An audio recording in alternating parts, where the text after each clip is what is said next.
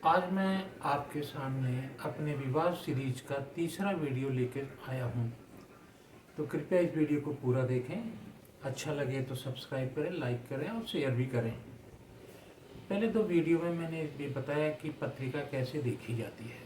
दूसरे वीडियो में मैंने ये बताया कि विवाह के लिए कैसे गुण मिलान और कुंडली कैसे मिलाया जाता है। आज मैं आपको ये बताना चाहता हूँ कि जब आप कुंडली मिलान के लिए जाते हैं तो अष्टकूट मिलान भी कर लिया, कुंडली का भी मिलान कर लिया, शादी हो गई, बहुत सुंदर शादी हो गई, दोनों पक्ष हंसी खुशी शादी करके वर जो है कन्या को, दुल्हन को अपने घर लेके आया। ठीक है, सारी रस्में पूरी हुई। उसके बाद वो हनीमून को गया। हनीमून पे जाने के बाद जैसे ही वो आते हैं उनके अंदर दूरियां धीरे धीरे शुरू हो जाती हैं और ये लगता है कि महीने, 2 महीने, 4 महीने में उनके अलगाव की स्थिति पैदा हो जाती है। तो ऐसा क्यों होता है? जबकि आपने अष्टकूट मिलान भी किया, कुंडली भी दिखाया, सब कुछ किया, दोनों पक्ष अच्छी तरह से मिले, शादी भी हुई और वर कन्या ने दो एक दूसरे से पहले मिले भी और एक दूसरे की विषय में जानकारी भी प्राप्त की। तो ऐसा क्या हुआ? तो इसका कारण, सबसे बड़ा कारण है गुरु।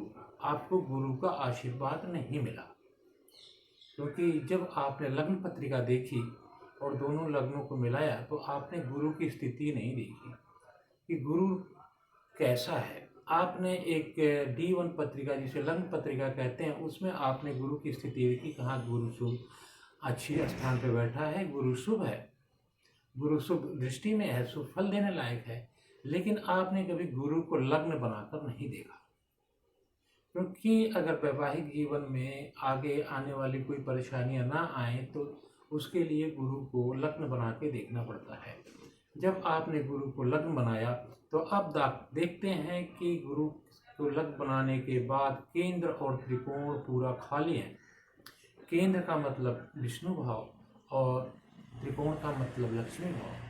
तो इसका मतलब है कि आपके पूरे जीवन में कोई खुशियाँ नहीं आनी है, क्योंकि जिसके केंद्र में और त्रिकोण में भगवान विष्णु और माता लक्ष्मी का आशीर्वाद ना हो, वो कैसे एक साथ रह सकता है? उसके जीवन में कैसे खुशियाँ हो सकती हैं?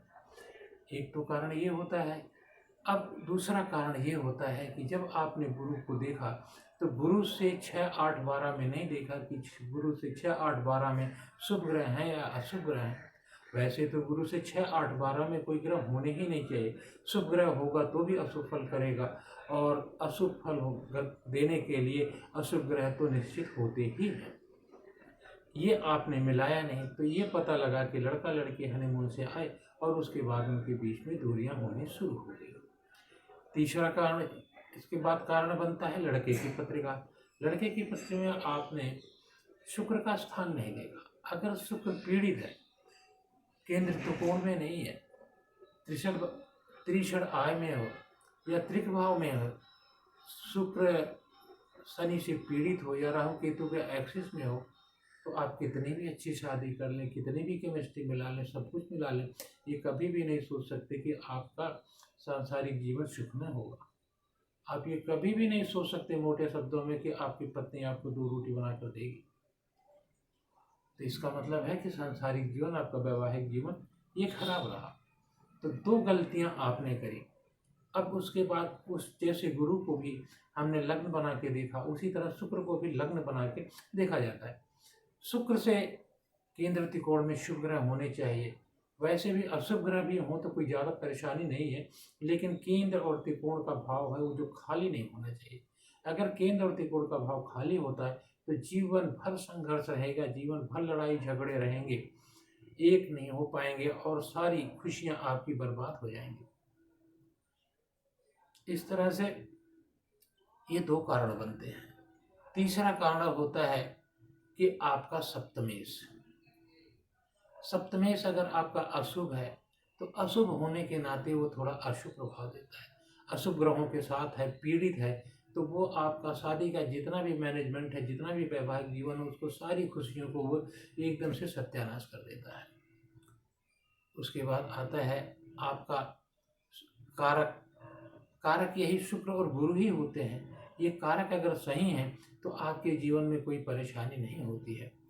अब उसके बाद क्या देखना चाहिए? वैवाहिक जीवन में सुखी प्राप्त करने के लिए अभी तो वैसे बहुत सारे वीडियो बनेंगे, हम करीब करीब अभी आपसे 20-25 वीडियो इसके ऊपर और बनाएंगे, लेकिन आज हम केवल शुक्र और गुरु को लेके ही चलते हैं। आजकल जो शादियां होती हैं इसमें सबसे ज़्यादा बुद्धि का प्रयोग होता है, कोई दिल का प्रयोग नहीं करता है। पहले शादियां होती थी तो आदमी दिल से रिश्ते को अपनाता था, एक दूसरे के प्रति समर्पण करता था, एक दूसरे की खुशियों में दुख में समर्पित रहता था। लेकिन आजकल लोग बुद्धि से शादी करते हैं, दिमाग से शादी करते हैं, वो दिमाग से हर चीज़ करते हैं, उन्हें समर्पण की भावना आती नहीं। और जब समर्पण की भावना आती नहीं है तो फिर वो प्यार और वो चीज़ें होती नहीं। एक छोटी सी बात हो जाए तो फिर अलगाव की स्थिति पैदा हो जाती है। इसके बाद आता है देशकाल परिस्थितियाँ। अब सबसे बड़ी बात ये होती है कि आपका परिवार कैसा है। क्या आपके परिवार में बाहर से कोई आके एडजस्ट हो सकता है? आपका परिवार इस तरह का है? अगर आपका परिवार इस तरह से का है तो कोई भी बाहर से आके वो एडजस्ट हो जाएगा और आपकी खुशियों में शामिल होकर वो अपनी खुशियाँ आपके साथ शेयर करना शुरू कर देगा। लेकिन अगर आप में एडजस्ट करने की क्षमता ही नहीं है, बंधुत्व दुराव है, बहुबंधुत्व निषेध है, तो उस स्थिति में कोई भी बाहर से आता है, आपकी आत्मा उसे स्वीकार नहीं करती है और वो परेशान रहता है, आपके प्रति उसकी समर्पण की भावना नहीं होती, आपके प्रति प्यार नहीं होता है और वो धीरे धीरे वो दूरियों में बदलाव हो जाता है। तीसरा होता है इच्छाएं। आजकल जो लड़के लड़कियां हैं जब शादी करते हैं तो उनकी इच्छाएं अपरिमित होती है, उनको प्राप्त करने के लिए वो कुछ भी करने के लिए तैयार रहते हैं, चाहे उसमें किसी का भी नुकसान हो, तब वो नुकसान देखा नहीं जाता है और उसे प्राप्त करने के लिए अपने वैवाहिक जीवन को भी समाप्त कर लेते हैं। तो आज की वीडियो में इतना ही। अगर अच्छा लगे तो सब्सक्राइब करें, लाइक करें और शेयर करें। नमस्कार।